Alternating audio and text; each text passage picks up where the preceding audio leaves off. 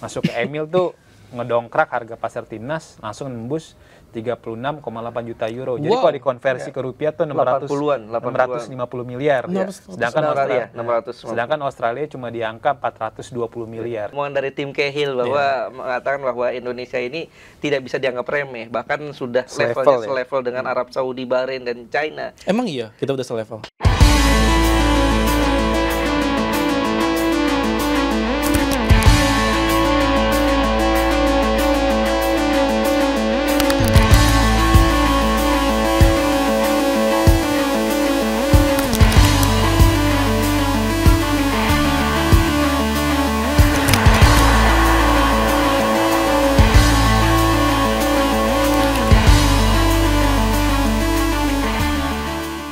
Gue mau masuk ke kekuatan Australia, di mana Australia ini ternyata bukan tanpa celah ya.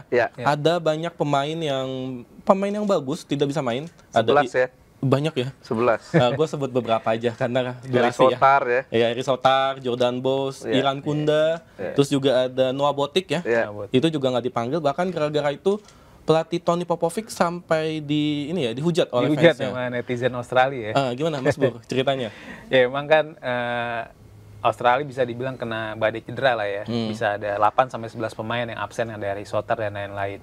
Terus juga ada Nestor Iran Kunda juga itu kan top skor di kualifikasi Piala Asia U17 2023 saat itu dan dia juga sempat main di Bayern Munchen 2, sekarang dipinjemin ke Grasshopper. Jadi ketika ada daftar pemain yang diumumin Tony Popovic itu tidak ada nama Noah Botic.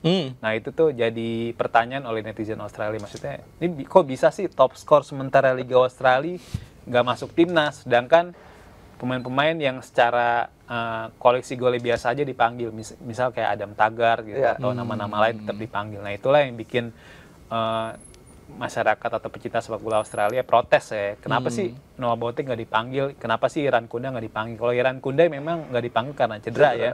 Walaupun di transfer market nggak disebutin secara pasti gitu. Dia cedera atau enggak.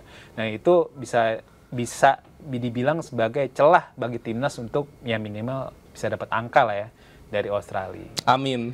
Langsung aja gue tutup doa amin ya. Tapi Mas Ais, Australia memang ada 11 bahkan yang tidak dipanggil dengan berbagai alasan, tapi bukan berarti Australia bisa kita remehkan. Ada siapa saja pemain Australia yang menurut Bung Ais nih harus dimatikan nih? Iya, yang paling penting ini memang kalau kita lihat Australia tetap Australia, apalagi mereka main di kandang sendiri, dan jangan lupa sebelum kita nahan imbang 0-0 di GBK, kita kalah 0-4 di Qatar ya. Piala Asia di fase knockout di 16 besar, dan saat itu juga kalau kita lihat main kita sebetulnya bagus, tapi finishing touch mereka lebih bagus. Ini lebih yang beda, lebih efektif. Ini yang harus diantisipasi, jangan sampai hal itu terulang lagi. Dan siapa aja pemain yang paling harus diwaspadi, masih ada Kusini Yengi. Kusini Yengi ya. Dia punya speed, punya power juga, cukup bahaya. Dan yang paling penting adalah Jackson Irvine. Ini rohnya Australia ada di sini. Kesuksesan kita mematikan Australia, mengunci Australia saat di GBK 0-0 adalah pemain-pemain kita mematikan Jackson Irvine saat di GBK, sehingga permainan Australia jadi tidak berkembang. Nah, kalau Jackson Irvine bisa kita matikan lagi nanti di Sydney, bukan nggak mungkin kita dapat 1 poin lagi, atau bahkan bukan tidak mungkin kalau kita hoki ya, kalau ada rezeki gitu ya, kita bukan nggak mungkin kita mengulangi sukses yang pernah diraih oleh Bahrain, menang 1-0 di Sydney. Cuma sayangnya waktu itu kan bahkan gol bunuh diri Harry Sotar ya. Harry Sotar nggak ada nih masalahnya nih. Nanti Jackson Irvine yang bunuh diri. Bagaimana dengan Craig Goodwin ya? Craig Goodwin juga. Itu juga lumayan bahaya kan? Lumayan bahaya. Artinya memang sebetulnya yang paling utama dari Australia sebetulnya bukan 1-2 pemain ya. Saat mereka menang 4-0 juga kan nggak terlihat 1-2 pemain yang menonjol. Mereka bermain kolektif dengan sangat bagus.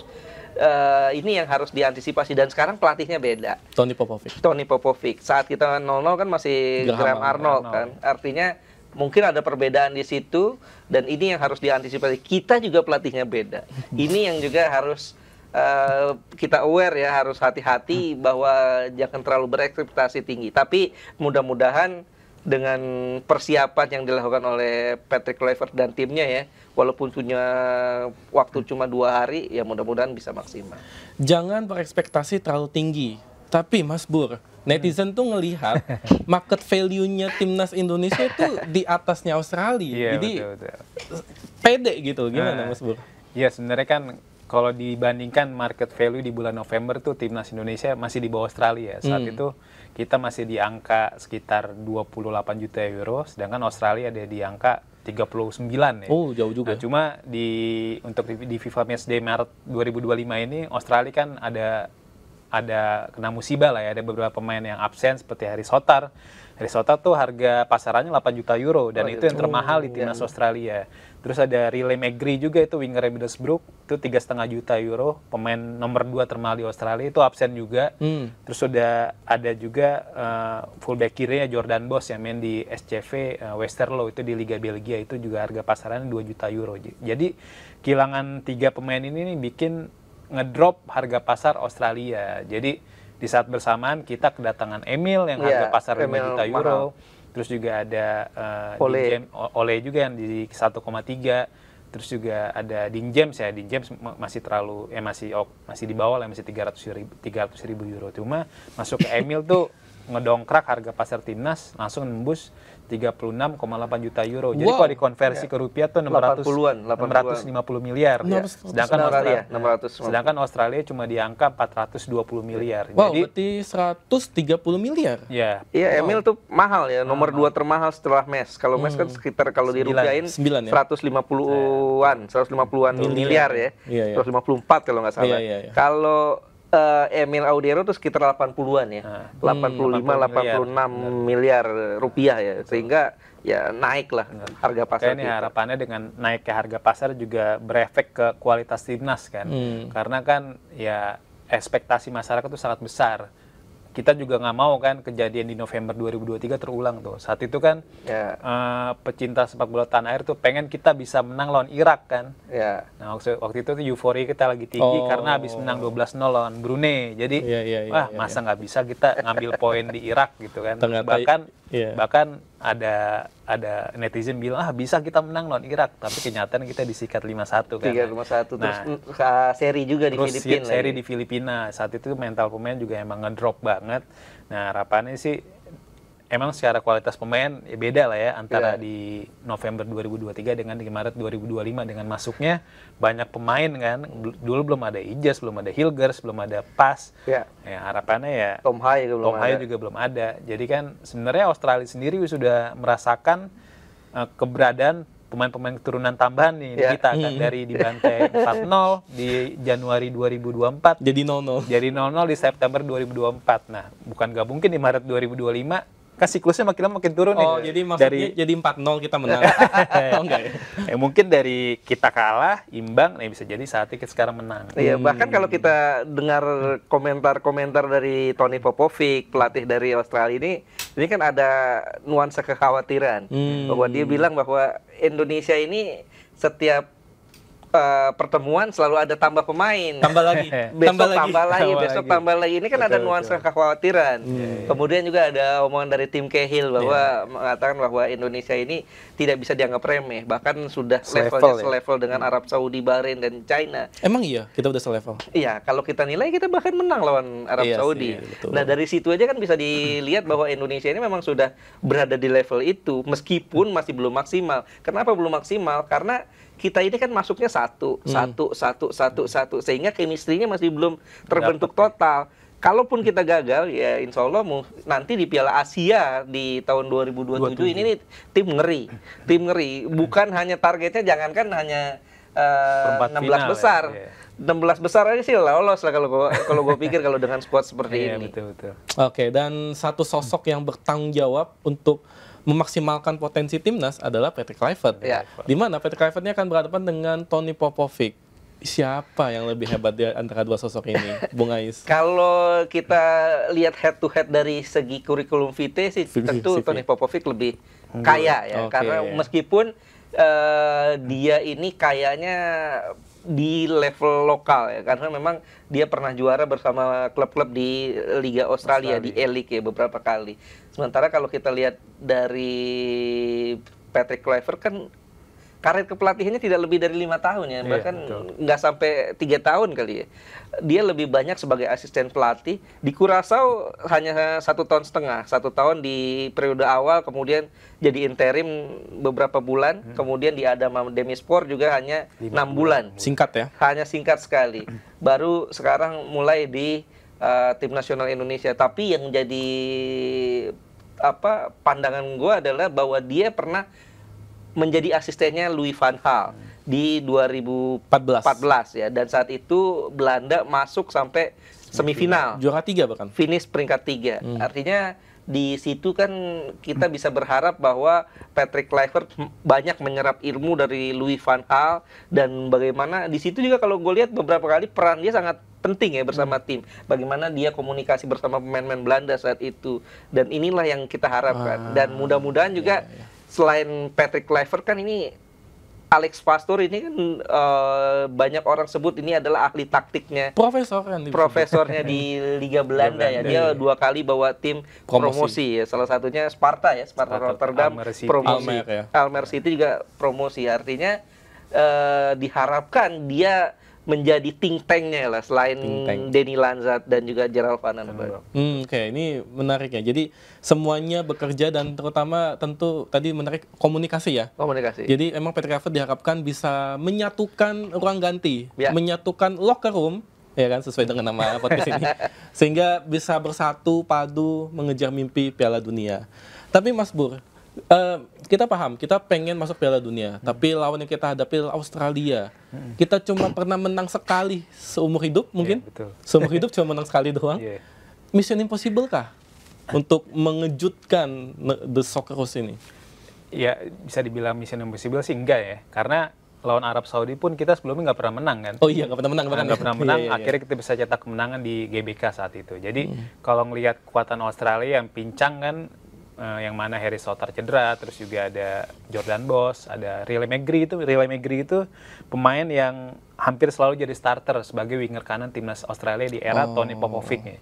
Jadi Australia itu nggak cuma kekurangan dari segi dobrak nih, daya dobrak, tapi juga dari segi pertahanan dengan absennya Harry Souttar. Di saat bersamaan kita ketambahan pemain top lah ya.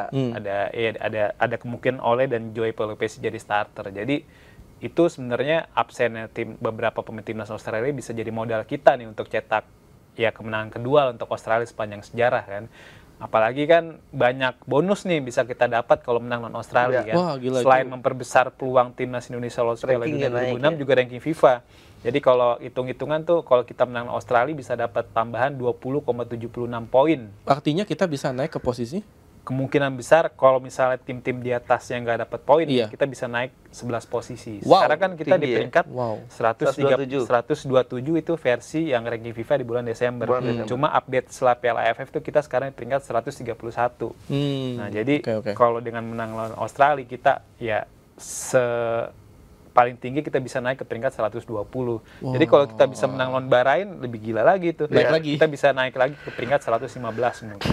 Jadi ya makanya momentum ini jangan sampai disia-siakan kan oleh Patrick Kluivert.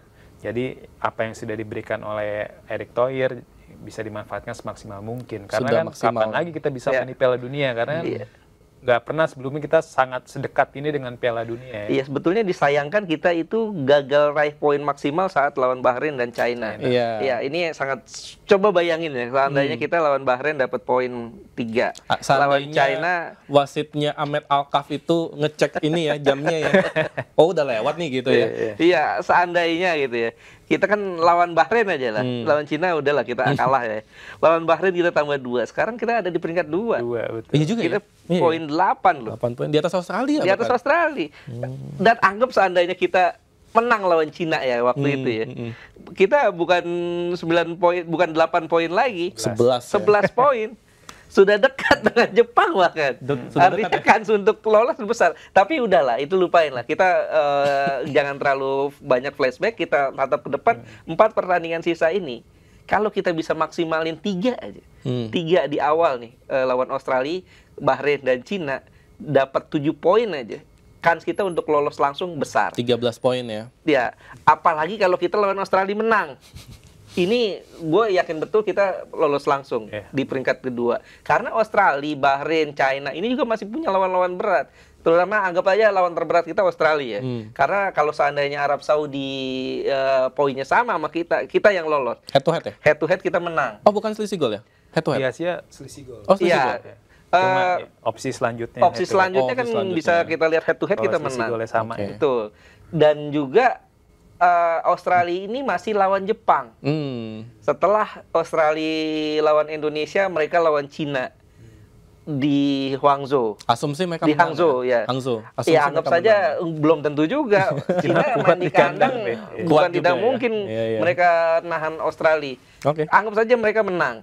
Kalau seandainya kemudian di bulan Juni, tanggal 5 Juni, mereka harus menjamu Jepang. Sulit. Meskipun Australia satu-satunya tim yang bisa mencuri poin dari Jepang ya. Betul. Iya, walaupun mereka main di kandang diri nanti lawan Jepang ya tanggal 5 Juni. Dan berikutnya mereka akan away ke Arab Saudi. Belum ketahuan mainnya apakah di Jeddah atau di Riyadh ya. Belum ketahuan. Nah, disitulah anggap saja saat lawan Cina mereka menang, lawan Jepang mereka kalah.